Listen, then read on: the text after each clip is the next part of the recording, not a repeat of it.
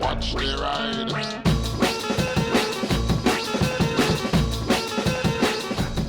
Hi everybody. So I was thinking, there's a lot of things that us bikers do that car drivers probably don't get or misinterpret. So I thought it'd be kind of a fun idea if I can think of them on the spot here, to think of some things that bikers do that you might see us do and be like, what the hell is that guy doing? But it's actually pretty normal. Okay, so nodding. You may notice that if a motorcyclist passes another motorcyclist, they'll give each other a little nod. In some other countries, they'll put a hand out. Some other countries, they'll put a foot out. Even people here put a foot out rather than a nod. But in the UK, generally, bikers, nod at each other. No, it doesn't mean they know each other. It's just a camaraderie, brothership, sistership, you know, what a bikership. Let's not genderize it. That's just what it is. It's just basically nodding each other. There is some... there's some politics to some of this, to do with, you know, who will nod at who at times, but let's not get into that. Let's be all about the love, and two wheels is two wheels. Another one that I think can be misinterpreted is someone being aggressive if they're behind you, but if you notice a bike is behind you and they just start gently weaving from side to side, there are various reasons as to what they're trying to do here. One, sustain the boredom. This is more fun than driving in a straight line. Two can be cleaning up and warming the tyres. Obviously a motorcycle tyre is round, whereas in a car tyre is flat. So for us, if we've got mud on the outside wall, we know we're going to be going quicker in some future corners. We're going to want to warm the tyre up a bit to get the best grip, but also to clean off the surface a little bit. It also helps us keep the tyre round. If you weave around enough, you can actually help keep that round, because you get a flat spot on the bottom of the tyre, on the centre strip of the tyre. We don't want that. So a little bit of weaving helps keep that to a minimum. I can understand how that could be interpreted as, this bike behind me is weaving backwards and forwards and being aggressive, and it's like, not really. They want to overtake you, they'll overtake you. It's not going to be difficult for us to do that. Here is another one. Cutting down the middle of the road, you bastard, that's against the law. No, it's actually not. It's called filtering, it's legal, and it's also legally defensible in court. So, no. It's basically, it's safer for us, because if there's a situation where two cars go into each other, you know, one of the most common types of accidents, just a rear end or a little shunt. In a car, that's not going to do you much damage. On a bike, it could kill you. We're not in boxes, we don't have that protection. So, as I say, filtering is faster for us. It's one of the benefits of riding a bike. Disadvantages, we get covered in rain and horrible weather, but we get to filter. And it's also better for car drivers because we're no longer traffic. We're not in the queue. You know, if you have 500 cars and 200 bikes in the same direct line, you've now got a 700 vehicle long line. If you have 500 cars and 200 bikes that are just going up the side, you have a 500 car line, not a 700.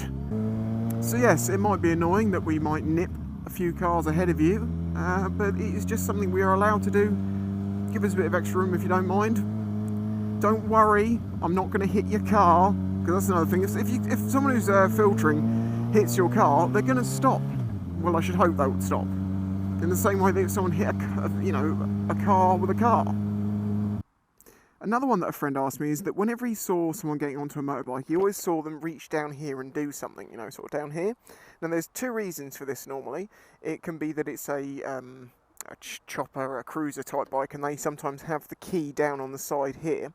And the other option is they might have a choke, a manual choke, in which case you feel under the edge of your tank and you pull it out. You start the bike when it's cold and then you pop it back off when it's warmed up. So that's something that bikers do. If you notice they're getting on the bike and, you know, they're fiddling around the side of it, it's one of those two things. Another question that people ask is, why would you rev your engine at someone rather than using the horn? Now, this is debatable. Some people are for and against it. Personally, I will do either. But I find that if you rev your engine at someone, it's a little bit more effective than the horn, because, well, on this bike, for instance, it's quite a bit louder. Because bike horns are not like car horns. They're a bit pathetic and feeble. Whereas in something like this, you know, you're not going to miss just a little blip. Or if someone's really angry, if they redline the thing. Now, yes, it's probably, this is the argument some people say, is that it's not a known thing. You know, if a car horn or a bike horn is a thing, it means pay attention. Look, I'm doing this thing. An engine revving can just be an engine revving. You don't know what that can be interpreted as. However, I think the only times that people really use it is when you're close enough and they'll know exactly why you're doing it, because that's when it's the most loud instances. If I'm filtering, for instance, sometimes I will, as I'm going through the traffic, just gently rev the engine a little bit. It's not me going, get out the way, get out the way. It's me just saying, hey, I'm here, just have a look in your mirror. If I went down the middle of the road going beep, beepity beep, beep, beep, beep, beep, warning people, although that's technically a better thing to do in some people's eyes, I see that as far more aggressive than gentle little blips as you go along. So it's a debatable subject for sure, and some people are for and against and will and won't agree with me both on the car side and the bike side. What was that? That looked like a chinchilla. Maybe it was a hat. I hope it's a hat. Not made out of a chinchilla. So as I say, don't immediately assume that someone revving their engine at you is an aggressive standpoint. It may just be them being scared, basically, that you just, or someone just nearly hurt them while they're on their bike. Of course, some car drivers will say, well, that's the risk that you take if you choose to ride a bike, you know, you're putting yourself out there. Well, actually, riding a bike itself inherently isn't that dangerous. And there's some subscribers of mine who've been riding for 50 plus years without any problems.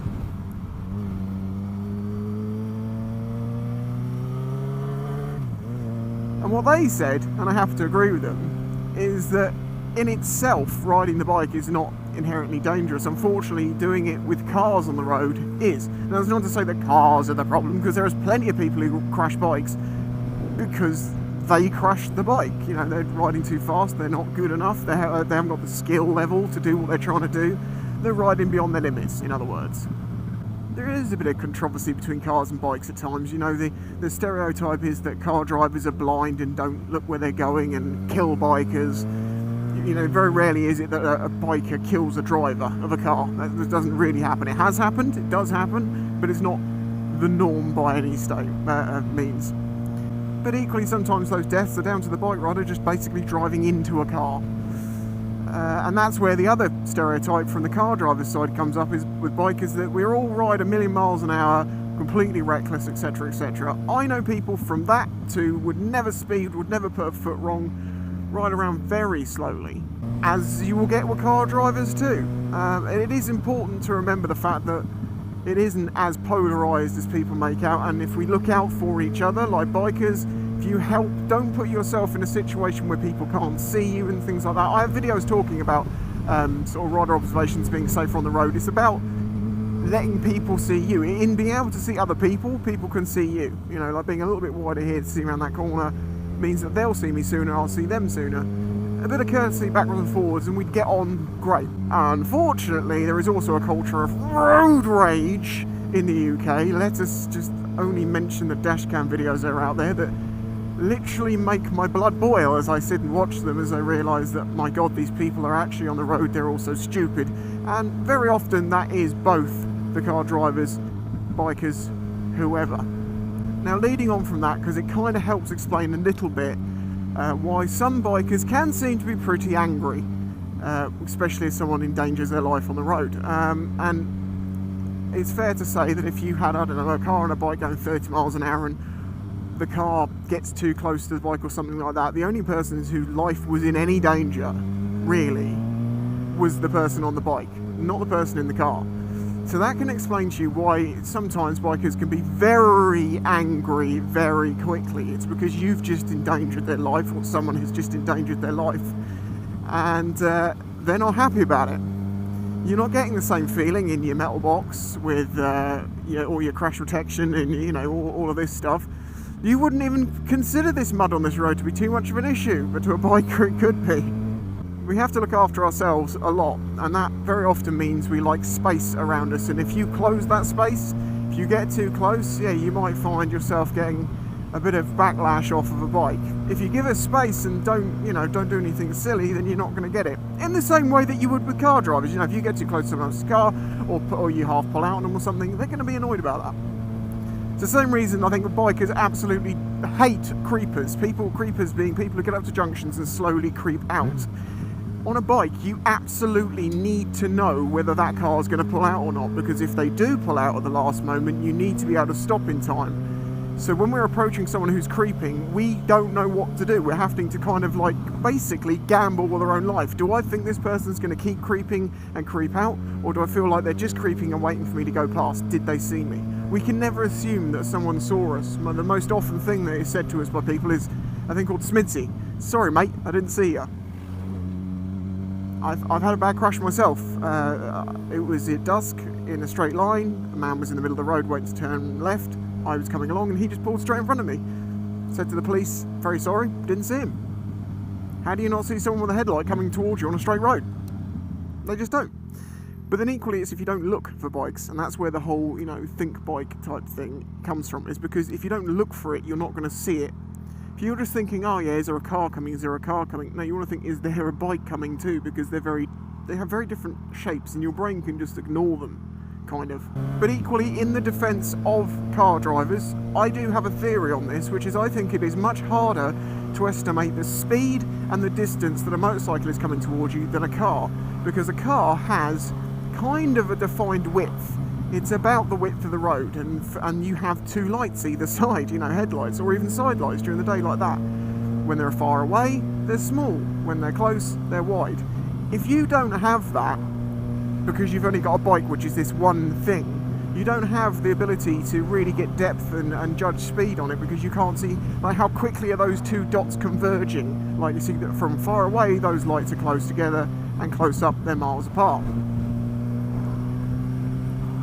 Without that, car drivers can't judge the speed. Also, car drivers very often don't realise just how fast motorcycles accelerate. It's a different world to cars unless you start spending an awful lot of money. We're not having a very large engine, we say, and that's an expensive car, but a very powerful car. See, just not him. You alright, dude? How are you? And part and parcel of that is the fact that bikers will actually stop for each other if we have a problem. If we're broken down to the side of the road, bikers will always, generally 9 times out of 10, if anyone passes on a bike, they'll either stop and see if they can assist them, or they'll just give them like a thumbs up and be like, you good? Because they may just be checking their phone, and very often I just go very slowly and be like, you good? Good, bad, and then they're all like, oh, I'm good. If they go bad, go back and help them. But then I suspect that maybe, I don't know, Beetle owners or something like that, if they saw someone else in the same car as theirs broken down, they might be like, oh look, there's another car like mine. If it's a passion vehicle, they're going to stop, most likely, because there's a sense of community there. Community brings people together. So there you go, there's a few things that us bikers do that car drivers might not understand why we're doing it. And I'd also say I really do want to promote the fact that we need to get on better as a community of humans on Earth than to be in these two groups of biker v car, because biker v's car and angry biker v's car is just getting too much. Anyway, if you enjoyed this video, don't forget to leave a like. Check out the other videos I've done. I've done all sorts of things. If you want to start riding a bike, I advise it. It can give you a new perspective on a lot of things. And if you'd be interested in doing that, well, I have a playlist called For New Riders, and you can learn about the licenses and all the things you need to know to get yourself on 2 wheels if you wish to. Thanks for watching. Catch you next time. If you enjoyed this video and the other content on the channel, please consider following the links in the description to show your support.